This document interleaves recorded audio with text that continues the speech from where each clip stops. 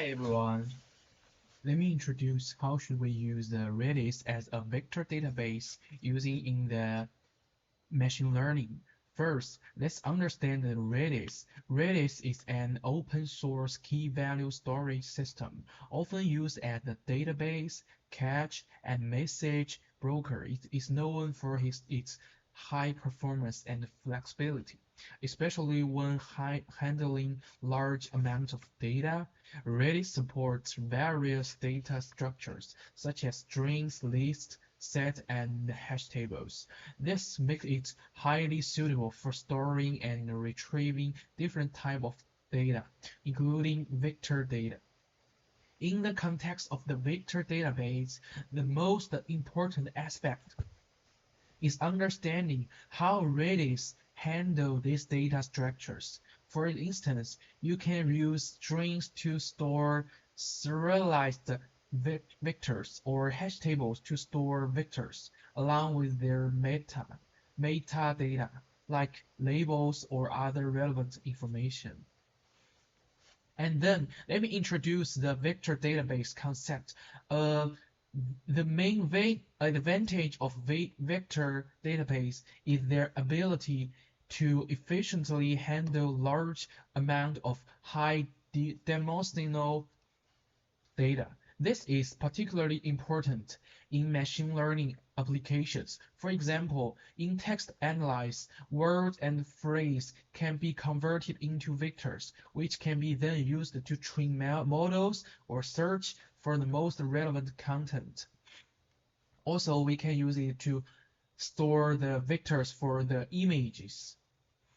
Now, let's explore how to use Redis as a vector database. Due to its support for fast data read and write options and flexible data structures, Redis is well suited as a vector database for storing and retrieving machine learning embeddings. In machine learning, embeddings typically represent the transformation of high-dimensional data, like a text segment or an image, into a lower dimensional numerical vector. Redis can store this vector and quickly retrieve them, which is crucial for real-time application. For example, you might have a recommendation system that needs to quickly compare the user's interest with the feature vectors of various products.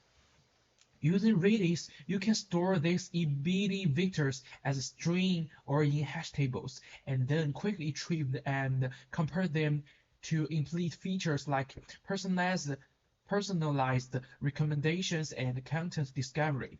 By using Redis as a vector database, you can fully leverage its high performance and flexibility to support various data-intensive machine learning applications.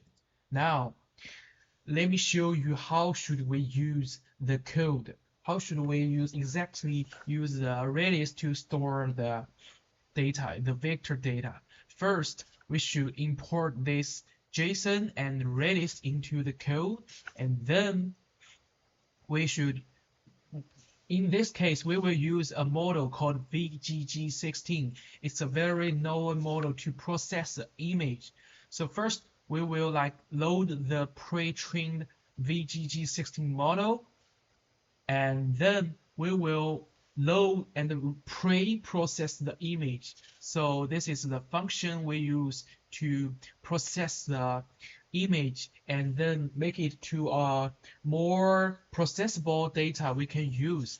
And then we will extract the feature using the model. So we will use a variable feature to store the results of the models, and then we need to flatten the feature into a vector. This step is how should we convert the result of the model into a vector, and then we can store the vector into a Redis. And now we need to connect to the Redis, because for now we have the vector which is contain many information of the image, and then let's connect the Redis and use a R called Redis to named by the Redis, and then we suppose a vector it has some information that is 1, 2, 3. This is kind of some information like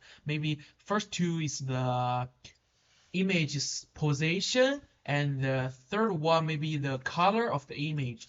So we will store the vector into a Redis. So we use a set method, which is very familiar to us, and we use this JSON dump to retrieve the vector into a JSON file that is easy for us to search.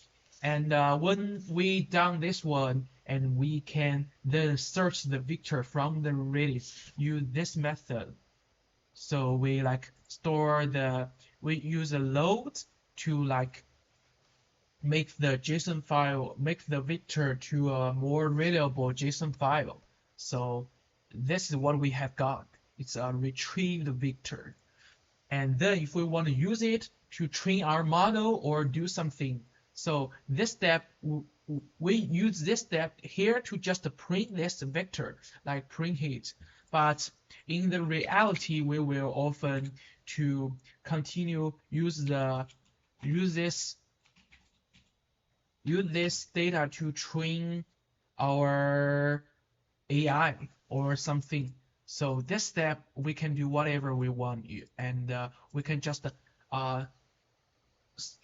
drop the data from the Redis, and then we can do it.